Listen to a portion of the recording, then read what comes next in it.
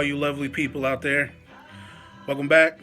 I'm DC Hendrix here, the host of the Music Vibes podcast. Appreciate you tuning in, doing our first video. That's right, we're going to try to start doing more of these where I give you more of a behind the scenes look. You know, it's quarantine, a lot of us still working from home. And so I figured out to try to take advantage of that. And I know I have a lot of guests that are all across the world. And I interview people from LA all the way to London, all the way to New York. So obviously we're not by each other, even if we're not quarantined and told to stay at home because of COVID-19. So I figured I'd start trying to do videos. And try to show you and give you more behind the scenes look of how I put everything together and let you see us in person. I don't think I have like one interview up that was an in-person interview, and that was with guitarist of Third Eye Blind, Chris Reed. So I'm gonna start trying to do more of these, more behind the scenes looks.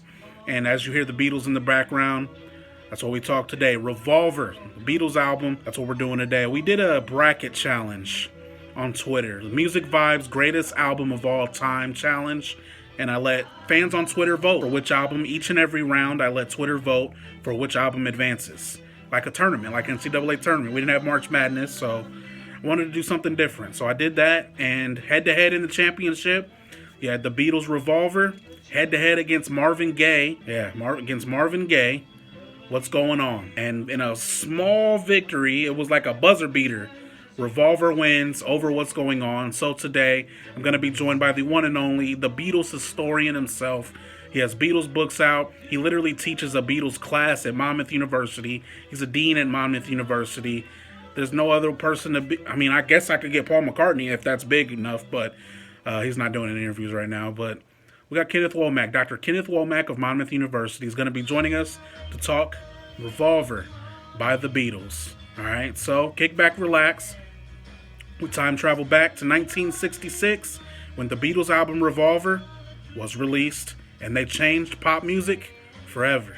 So I'm your host, DC Hendrix, back with another edition here. It's been a while. Took a little break. I know this quarantine has everyone going crazy. I had to take a little break myself, get everything situated.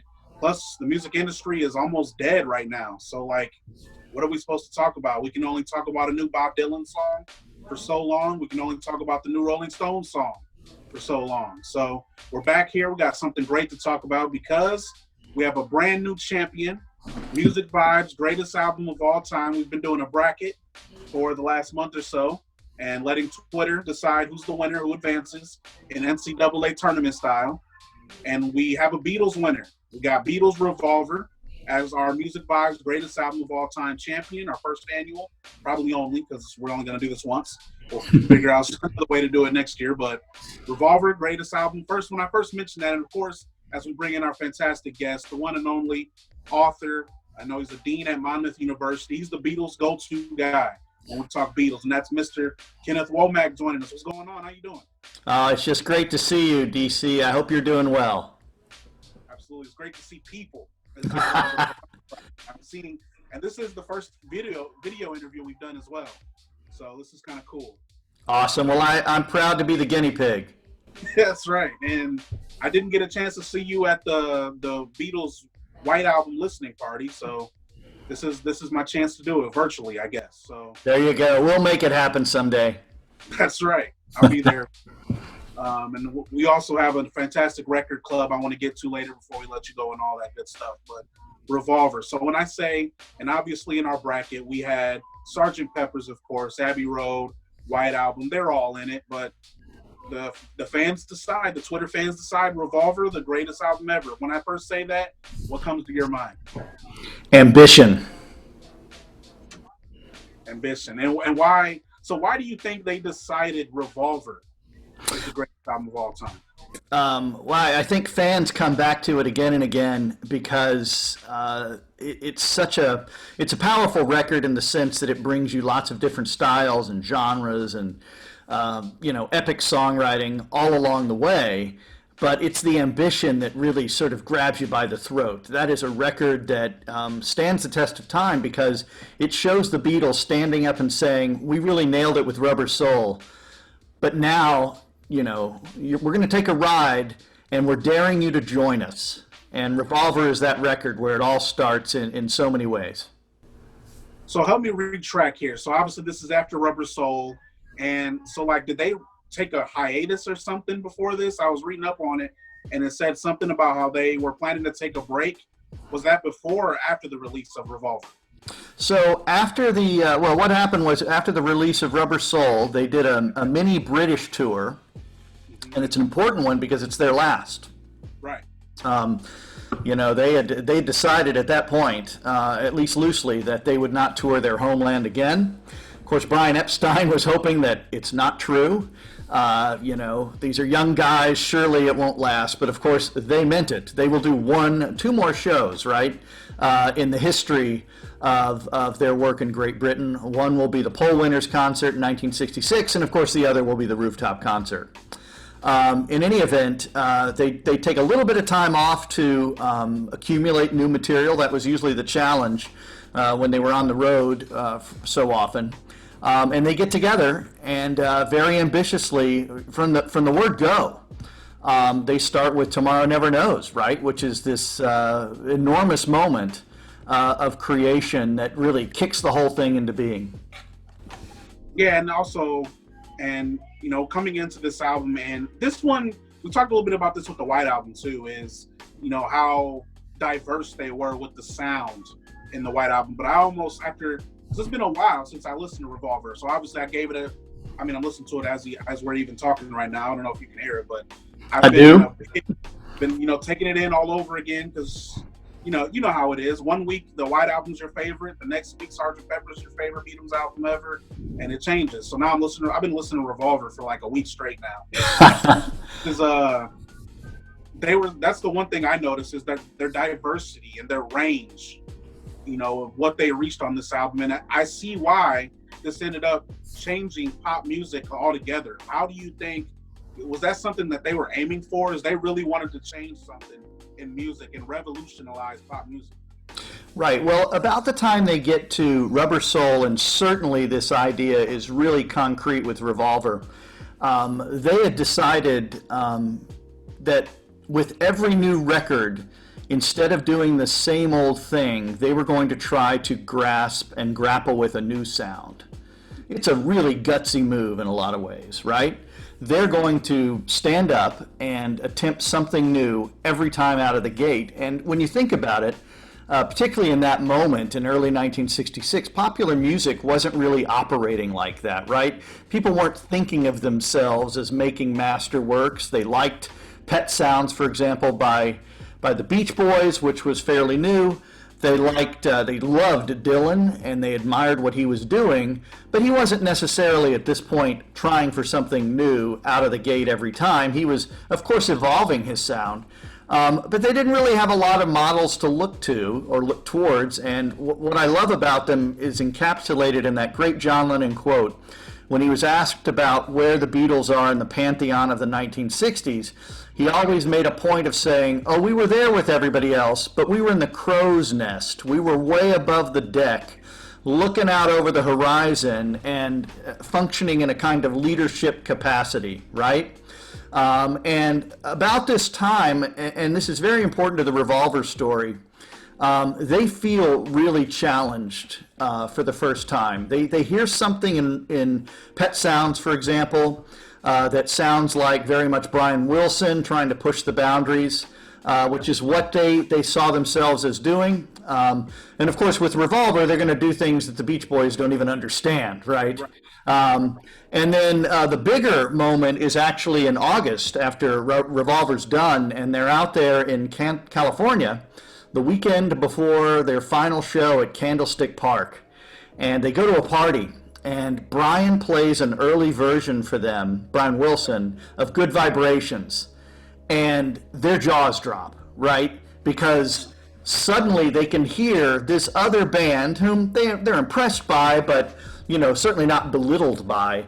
But suddenly these guys are doing something that really feels otherworldly to them. And of course, what's the next Beatles song that they work on? Strawberry Fields Forever. That's right. And as John Lennon would say, at this time, the Beatles were more popular than Jesus. And of course, he had said that intellectually. I always feel bad for him. He'd read that Hugh Schoenbaum book, The Passover Plot, right? And so he was being a thinking person and asking hard questions about religion. But that just shows you the media was certainly not ready for that. That's right.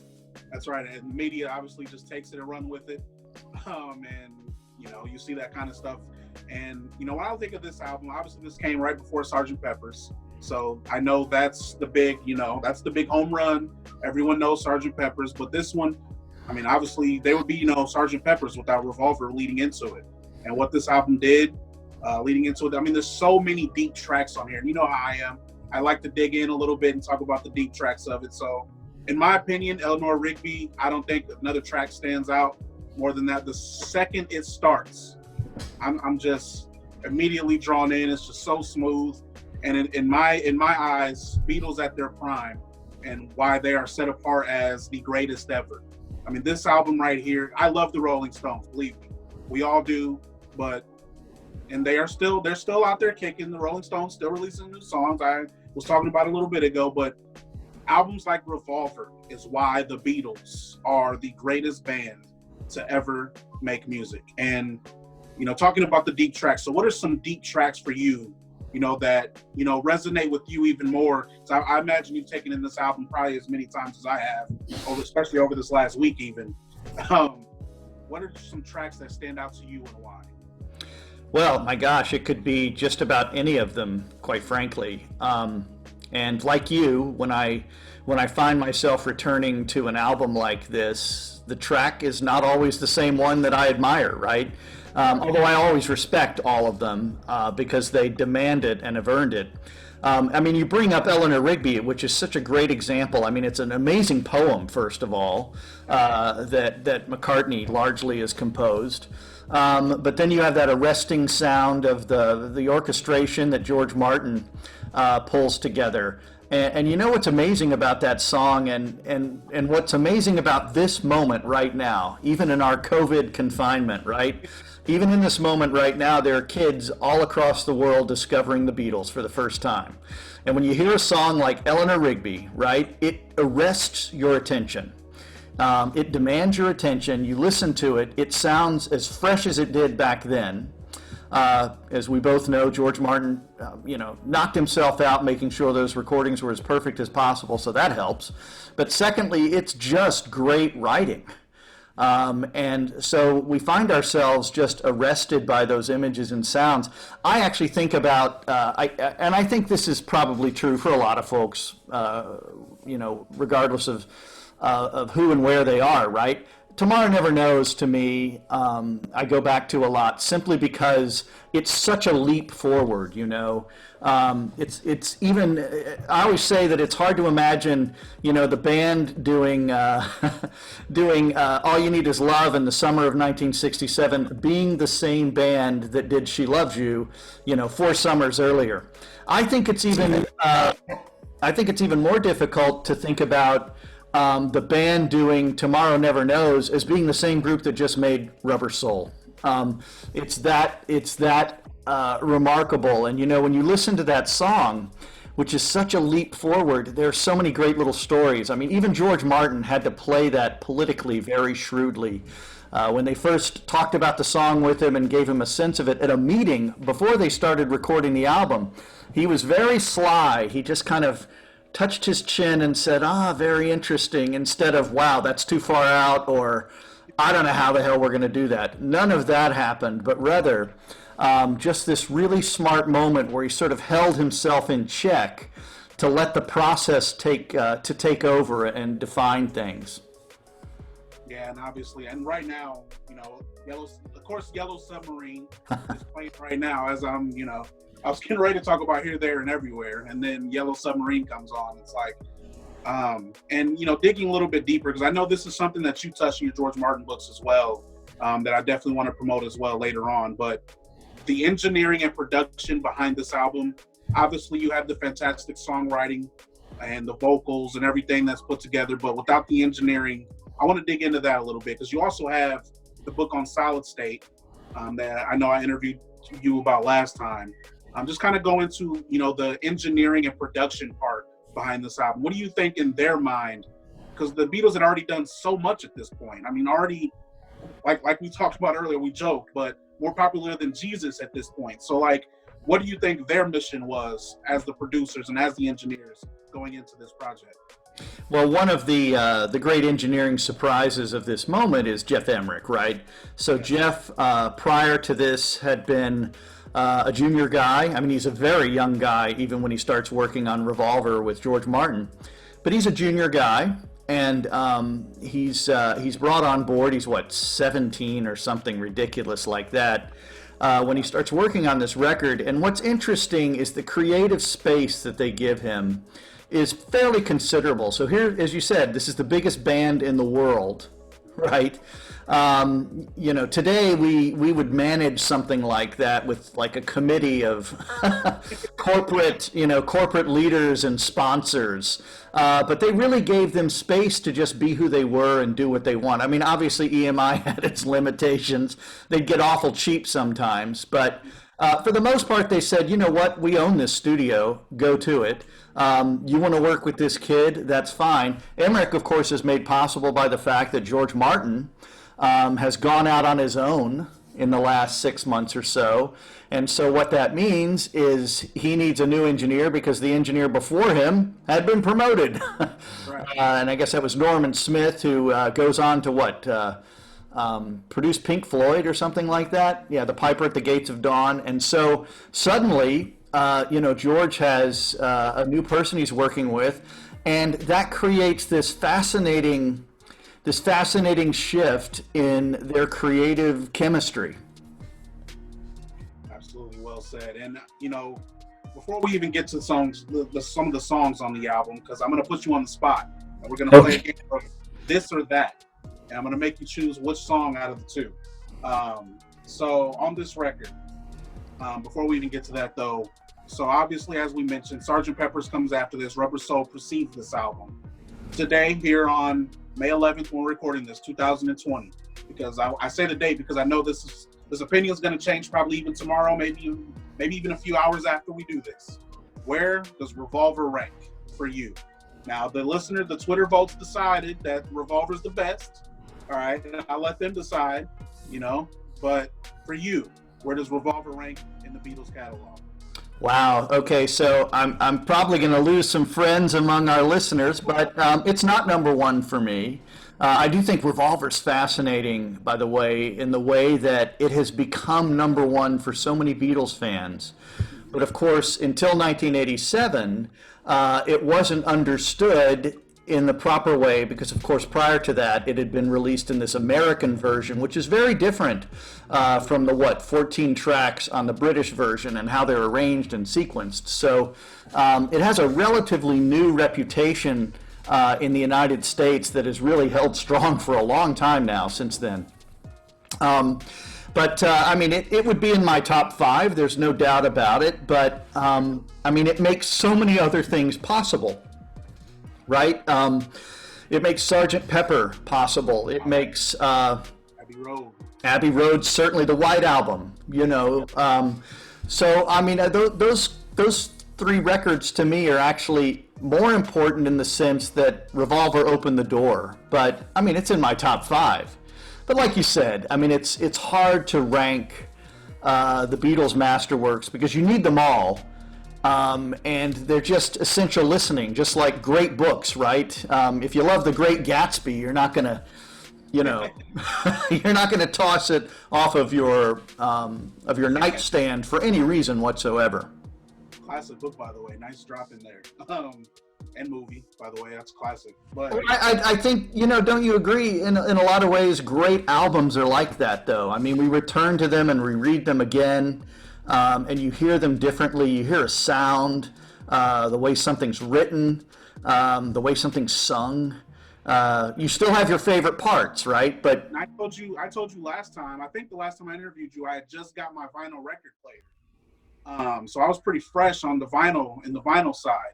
So I've listened to Revolver, and it sounds so much different on vinyl. It takes it to a whole new level. You hear all the little details in it, and that's why, for me, I moved Revolver up a little bit after this. Huh. I did. I really did. I know I'm probably, might be living in the moment a little bit, but I moved it up. I have So I still got the White Album #1. I'm sorry. I don't think that's ever going to change. I just, and I take a lot of heat on that. So we'll both be taking heat on that. But I got the White Album still, and I got Abbey Road still above this. It's Revolver or Sergeant Pepper's for me. Yeah. It's, they're right there. But yeah, that was the tough decision for me. And when almost every single time you listen to an album, it gives you a different feeling. It can be today or tomorrow or next week. You listen to Revolver and you get a different feeling, or you may catch a new lyric, that you didn't hear right the first time. And that's what's so awesome about the Beatles, not only in general, but with Revolver. There's just some stuff that you don't hear, every single time. And that's what I got, like songs like Good Day Sunshine that I'm listening to right now at this moment. I've listened to the song so many times, and it took me several years to even get exactly what they were talking about in the song. It's like, ooh, yeah, I like this. This is smooth, but what are they talking about? That's what makes Revolver so special. So I'm putting you on the spot now because it was somebody to me, so I'm gonna do this to you. All right. So we're gonna play a game of this or that. I'm gonna give you 2 songs off Revolver, and you got to pick one and tell me why you picked that one over the other. All right. So we got Good Day Sunshine head to head.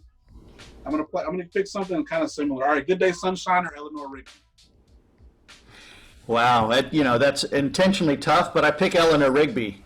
I think it's and this is a tough thing, and you can only say this with the Beatles, but when you look at their work, Eleanor Rigby is, it's a cut above. Right, it's a world beater in so many ways. It's got the great poetry. It actually has a moral to its story about loneliness, the failure of institutions to be our salve. It's a brilliant tune. It has the wonderful story about George Martin and Bernard Herrmann, the guy who did Hitchcock's many of his soundtracks. So it's just an enormously powerful story. All right, so how about Here, There, Everywhere or Yellow Submarine? Wow, I'm going to go with Here, There, and Everywhere, and I hate to say that because I sure love the sound effects. I recently got an isolation track of just the sound effects, and it's really fun to listen to. But for Yellow Submarine, but I guess Here, There, and Everywhere to me is interesting in the sense it's like I Will on the White Album. It's the Beatles doing a love song in a period where they're not primarily doing love songs, right? It's not 1964 anymore. Right. And yet the love songs they do in those moments, again, Here, There, and Everywhere, and I Will, are almost more powerful because they're slightly more mature than they were before. And of course, there's also just that little shimmering detail, and the song does kind of shimmer to me that John Lennon adored Here, There, and Everywhere. It was possibly his favorite Paul McCartney song.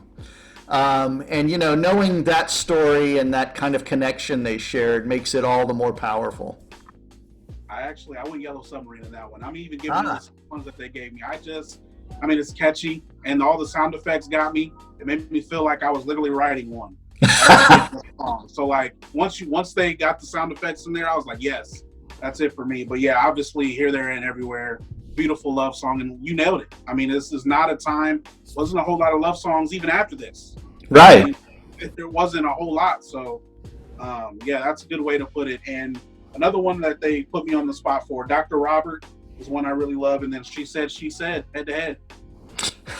It's She Said for me. I like the kind of nasty texture that the ADT creates on that song, Dr. Robert is a very effective rock song.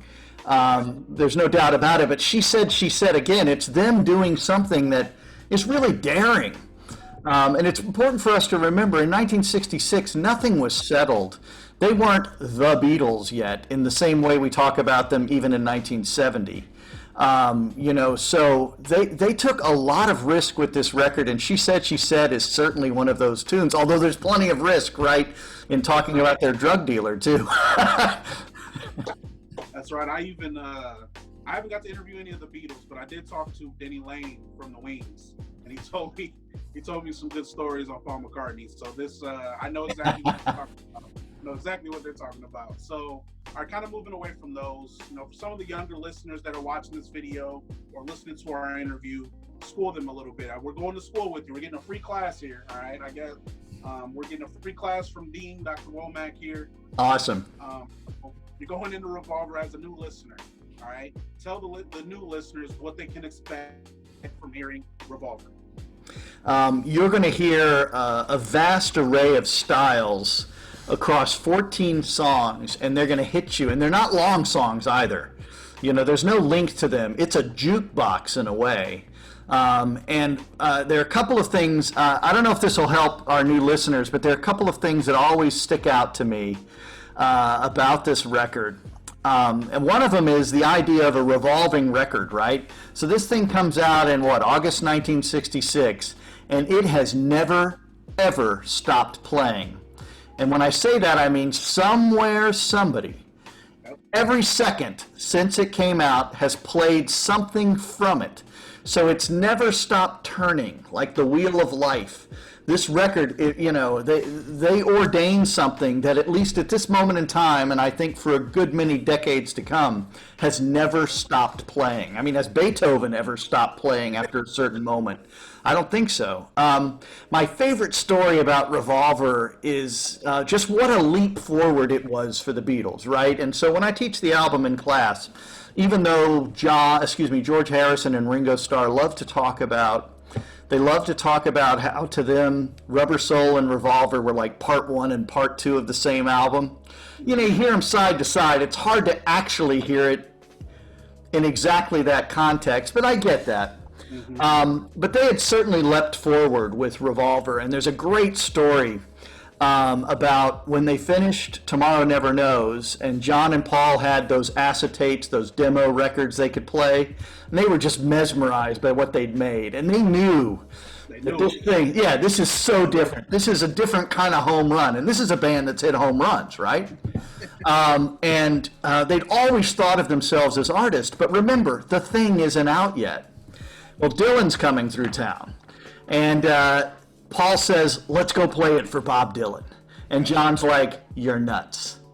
He will not react like you want. This will not go how you want it to go. And Paul's like, no, we have got to show him. Because, of course, he's their idol, right? He's the guy who helped them enhance their lyrical approach, certainly, if nothing else. And, of course, he turned him on to pot and all sorts of other things. But certainly it was the lyrics. And, of course, remember, in 65, John is channeling Dylan's singing style. So in any event, they go over to his hotel and they play him this record, and John's like, we'll see what happens. Paul plays it, and Dylan looks up at them and he says, I get it, you don't want to be cute anymore. And Paul was flummoxed, and they go back and John's like, I told you he was not going to react well. But what was beautiful about it, and what's interesting to the story to me when I'm talking to students about the way artists think ambitiously about their work, is that Paul knew they weren't cute anymore. And in fact, he hadn't been thinking of them as attempting to be cute probably for a long time, right? At least a year or so. But in his mind, because he knew their artistic approach and they knew how seriously and ambitiously they took their work, they were already miles ahead. In fact, they're already miles ahead of Dylan. But he doesn't know it, and they're not even quite sure of it yet. Yeah, absolutely. And so that leads us, because I know you have a record club where you're actually going to be visiting Revolver, which is perfect that we booked this interview just in time. I'm already joined, by the way. Oh, awesome. And I got to tell you what, DC, I got a lot of records coming up in the next year. You and I ought to co-host one sometime. Do it. I think we'd have a blast. So let's kick off some ideas offline later. But yeah, Tuesday night, we call it Tuesday Night Record Club. The tagline is it's like book club, but with records.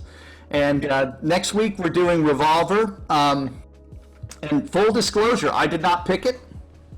It was chosen by our audience. They vote on all the albums we do every year. And they selected it. And good Beatles friend of mine named Jason Krupa, who has a podcast called Producing the Beatles, is going to co-host it with me. We did Sgt. Pepper a couple years ago. Okay. So do tune in. It's at 7:30, and if folks want to see how to sign up, you just go to my website, and there's a little banner that says Tuesday Night Record Club, and we got lots of bandwidth. We'd love to have you. We do listen to several of the songs all the way through. In this case, we'll probably play a lot of outtakes and go into pick up the hood and look underneath and talk about how things were made.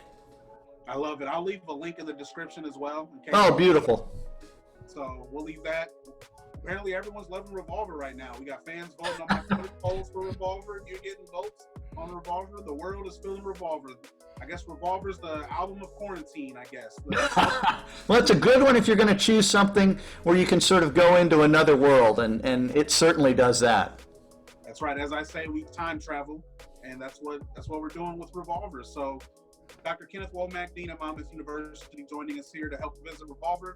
Thanks so much for coming on again. As always, love talking Beatles with you. Of course, before I let you go, promote some of these books you got. I'm not bringing you on without promoting them. Okay, sure. My latest book came out last year. It's called Solid State, The Story of Abbey Road and the End of the Beatles. Available at all discriminating bookstores everywhere, all over that internet. And my next book will be out in October, perhaps even as early as September, and it's called John Lennon 1980, The Last Days in the Life. And I'm really proud of this book. It's about John coming out of his self-imposed retirement and taking one last swing at the fences. And I'm proud of the fact that it's about how he lived and not how he died. Absolutely. So it's such a motivating, powerful story when you really take a close look at it and underscore all of the hurdles John had to overcome to make that record. Yoko gets a very bad rap out in Beatles land, as I'm sure you're aware. I'm not necessarily out to change anybody's mind, but what I'm proud of is the fact that I'm going to show you some instances where she stepped up and made that album possible, where she helped give him the courage, and even hovered over him like his protector quite often throughout that process to bring us that one great album. And I know we all dream of that, right? If we're at the end of the line, then we want to come out with one more great one. A lot of magnificent things happened that year, and it's very inspiring.